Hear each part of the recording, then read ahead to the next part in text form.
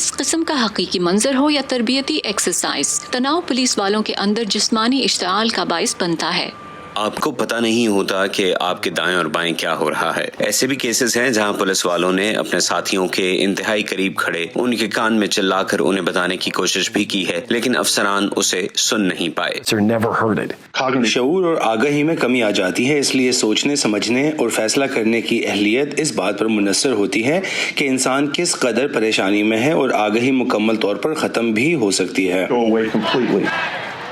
اس سال ملک میں پولیس کے نظام میں تبدیلیوں کے لیے ہونے والے مظاہروں سے پہلے ریاست واشنگٹن میں ایک پولیس اکیڈمی نے پولیس افسران کے تربیتی نصاب میں C2 یا کوگنیٹو کمانڈ نامی کورس شامل کیا تاکہ دماغ کو کشیدہ صورتحال سے نمٹنا سکھایا جا سکے۔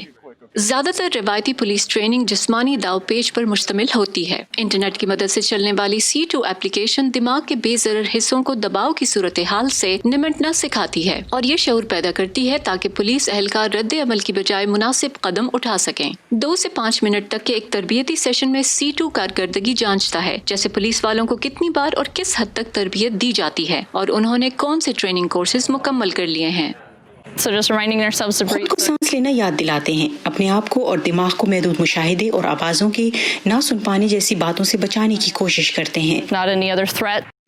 تقریباً 13 اداروں میں C2 کی مدد سے 40 تحقیقات مکمل کی گئی ہیں۔ اگرچہ پولیس افسران کہتے ہیں کہ جسمانی ٹریننگ کا متبادل کچھ نہیں ہے، لیکن واشنگٹن کی پولیس اکیڈمی نے C2 کی مدد سے بہتر نتائج دیکھے ہیں۔ C2 ٹریننگ کرنے والا پولیس افسر سڑک پر جائے گا تو اس کا رویہ اپنے آپ تبدیل ہو جائے گا، جبکہ C2 ٹریننگ نہ کرنے والے پولیس افسر کو یہ سیکھنے میں 3 سے 5 سال لگیں گے۔ خود کو بچانے اور تیزی سے عمل کرنے جیسے رویے اپنا کر پولیس اور عوام دونوں ہی کے لیے تحفظ کا امکان بڑھ جاتا ہے۔